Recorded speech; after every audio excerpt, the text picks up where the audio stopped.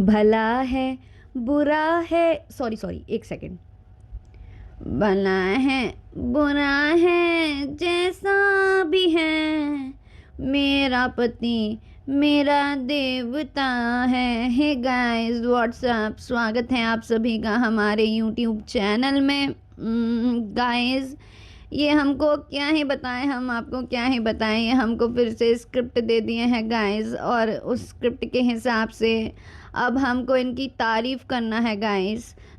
तो जो हमारे पोती हैं ना वो बहुत अच्छे हैं, वो गए हैं अभी गृह प्रवेश में गए हैं, लेकिन दूसरों की मदद ही मदद कर रहे हैं गाइस। हम क्या ही बताएं, इतने अच्छे हैं गाइस, इतने अच्छे हैं कि बस वो मदद ही करते रहते हैं सबकी। और जहाँ जाते हैं वहाँ कंटेंट नहीं बनाते हैं गाइस, वो बिल्कुल कंटेंट नहीं बनाते हैं बल्कि दूसरों का कंटेंट बनाते हैं, उनके वीडियो एडिट करते हैं और उसको पोस्ट करते रहते हैं। इतना अच्छा इंसान किसी को मिल ही नहीं सकता है गाइस, और हम चाहते हैं कि ये जो हमारे पोती हैं वो हमको 7 जन्मों तक मिलें, 7 जन्मों तक। बाकी उनके साथ बहुत सारे धोखे वोखे हो जाते हैं गाइस, लोग उनसे मदद लेते हैं और उनके ही पीठ में जो है क्या ही बताएं गाइस, हम क्या ही बताएं, छुरा घोंप देते हैं गाइस, बहुत धोखा दे देते हैं। बट हमारे पति बहुत अच्छे हैं गाइस, बहुत अच्छे हैं, लोग बस उनका इस्तेमाल करते हैं गाइस, वो बहुत अच्छे हैं, बहुत अच्छे हैं। हे एवरीवन, स्वागत है आप सभी का रक्षा अनप्लग्ड पर। तो हम बात करने वाले हैं हमारी झूमता मीनारा, पागल चट्टी, लोटा बहू, जो भी आप नाम से जानते हो इनको, इनके बारे में बात करने वाले हैं। तो कल इनको फिर से स्क्रिप्ट दे दी गई थी और स्क्रिप्ट मिलते ही इन्होंने कलाबाजियाँ करनी स्टार्ट कर दी। इन्होंने ऐसी ऐसे जोक्स मारे हैं, ऐसी ऐसी बातें करी हैं कि भाई मेरा तो चक्री आ जाता है, दिमाग को चक्री। तो डिटेल में डिस्कस करेंगे कि इन्होंने क्या क्या किया है और फिर इनके दोगलापंती को भी यहीं के यहीं एक्सपोज करेंगे।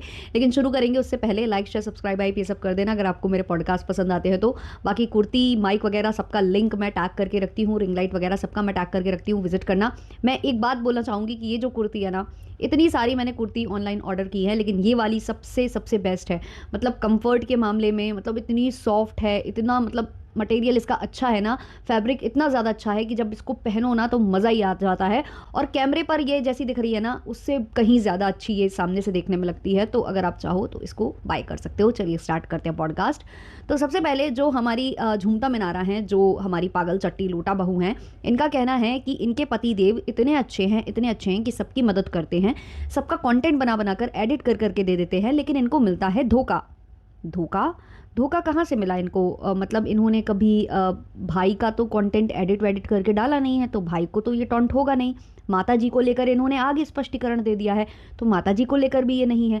तो कहीं ना कहीं जो हमारी भौजी हैं उनका इशारा था जगत दीदिया की तरफ, क्योंकि दीदी जहाँ ये गए हैं वो भी दीदी हैं और जहाँ पहले थे वो भी दीदी है। अब दीदी दीदी ज़्यादा हो जाता है, तो कहीं ना कहीं हमें लग रहा है कि हमारी जो पागल चट्टी है उसने फ़ोन करके गुस्सा जताया होगा कि आप काहे वीडियो नहीं डाल रहे हैं, आप क्यों व्लॉग नहीं बना रहे हैं। तो उन्होंने कहा होगा कि अरे तुम्हारी दीदी का व्लॉग एडिट कर रहे थे, तो हमारी जो भौजी हैं वो लड़ पड़ी होंगी, काफ़ी कुछ धमकी वमकी दी होगी, आओ गर्दन तैयार रखना, चढ़ चढ़ कर मारेंगे, ये सब कहा होगा। तो वहाँ से फिर से बरगलाया गया होगा इनको, फिर से इनका ब्रेन वॉश किया गया होगा, फिर से इनको मैनिपुलेट किया होगा, जिसके बाद वो जो स्क्रिप्ट है ये पढ़ने यहाँ चली आई हैं। तो बेसिकली इनको याद आई जगत दीदिया। अब जगत दीदिया याद क्यों आई? क्योंकि जगत दीदिया का भी ऐसे ही वीडियो एडिट किए जाते थे, ऐसे ही उनको हेल्प की जाती थी जैसे भी करके। और धोखा किसने दिया था? जगत दीदिया ने। अब धोखा क्या दिया था गाइस, आपको याद है ना? जो एक लोटा जो बेटा है उसने ये क्लियर किया था कि शादी के सपने दिखाए थे, ब्ला ब्ला बहुत कुछ किया था, और उसके बाद धोखा दे दिया इनको। ऐसा कहना था किसने? मतलब हमारे जो एक लौटा बेटा है वाईटी का, उसने ऐसा बोला था। बेसिकली जो हमारी झूमता मीनारा का कहना है कि धोखा मिला उनको, तो धोखा यही था क्या?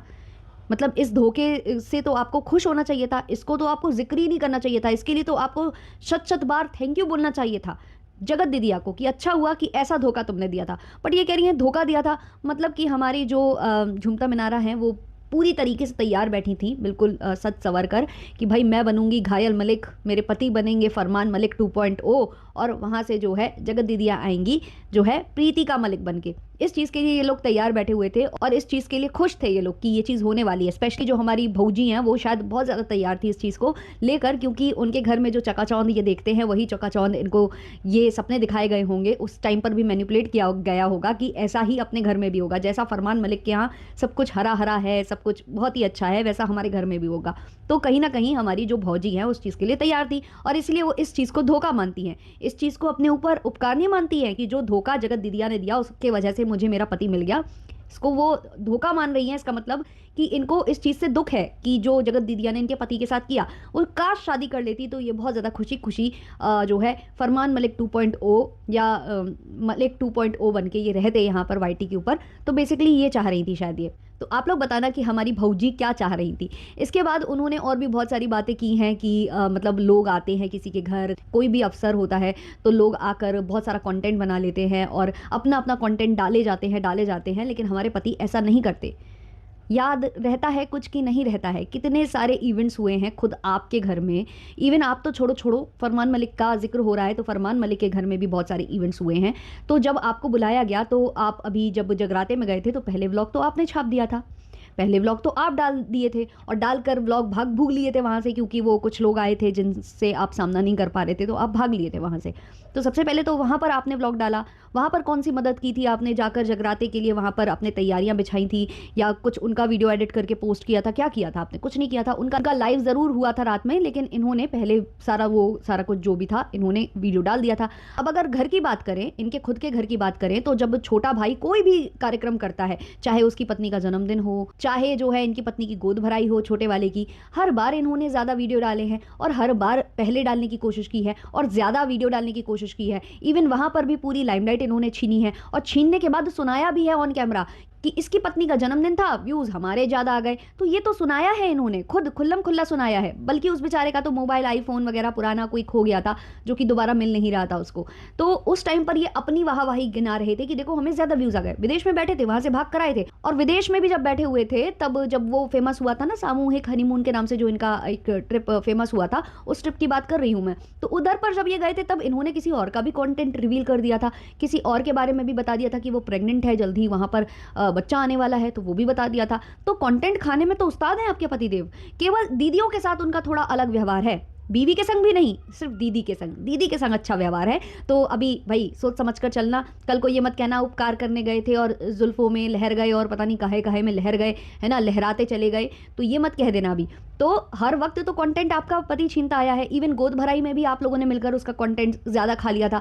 यही नहीं, जब उसने कहा कि मैं बच्ची का फेस रिवील करने वाला हूँ, दोनों पति पत्नी सवार होकर पहुँच गए थे बच्ची का फेस रिवील करने के लिए, और उसने उस डेट पर फेस रिवील किया नहीं, तो इन्होंने पूरे पैतरे आजमा कर उस बच्ची का फेस भी रिवील कर दिया। तो कब आप कंटेंट नहीं खाते हैं? केवल दीदियों के साथ एक अलग बॉन्ड है आपके जो पति देव हैं, क्योंकि दीदी के आड़ में वो कुछ और करते हैं, और ये कई बार लोगों ने नोटिस किया है। तो भाई ये खतरे की घंटी है, खतरे की घंटी टनटना रही है, समझ जाओ। ये यहाँ पर आकर ये स्क्रिप्ट ना पढ़ो, समझो कि पति क्या करना चाह रहा है, क्योंकि पति दूसरों को बहुत कुछ सिखा देता है। इनके देवर को उसने खाना पीना उठना बैठना सब सिखा दिया है, लेकिन भौजी को नहीं सिखा पाया। भौजी आज भी कैसे खाती हैं वो सबने देखा है। भौजी जो है वो बाथरूम में जो वो होता है शार, है ना, तो उसको बोल रही थी कि फव्वारे से नहा रहे हैं, झरने से नहा रहे हैं।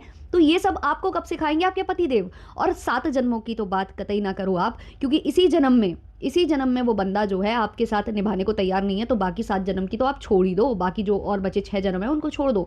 इसी जन्म में वो निभाने के लिए तैयार नहीं है। जब प्यार का इश्क का जब खुमार उसके सर पर चढ़ा था, तो वो तो ये कह रहा था वो कहाँ जाएगी मुझे नहीं मतलब, मुझे तो बस वो चाहिए, है ना।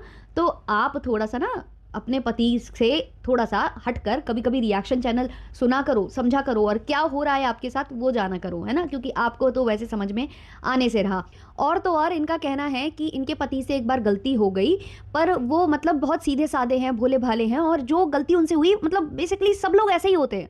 मतलब इनको लगता है कि इनका पति अपनी ही राखी सिस्टर के बालों में उलझ कर उसको प्रेमिका मान बैठा, तो वो नॉर्मल है और वैसे सब होते हैं। अब इनको ऐसा क्यों लगता है? क्योंकि इनका पति खुद ऐसा है, इन्होंने अपने पति को देखा है, साथ ही साथ ये खुद ऐसी हैं। रात रात शायरियाँ सुन रही थी, और सुनने में तो ये आया है कि जगत दीदिया के फियांसे से भी रात रात में बातें करती थी। ये भी वाईटी पर कहीं मैंने घूमता टहलता ये जो स्टेटमेंट है वो सुना हुआ है। यही नहीं, इनके जो ससुर जी हैं वो भी यही करते होंगे, इनके जो खुद के मतलब पिताजी हैं वो भी यही करते होंगे, इनके भाई भी यही करते होंगे। क्योंकि यार इंसान आसपास के माहौल से सीखता है, और फिर उसको लगता है कि जब हमारे आसपास वाले सारे ऐसे हैं तो फिर सभी पूरी दुनिया जहान के ऐसे होंगे, बट ऐसा नहीं होता है।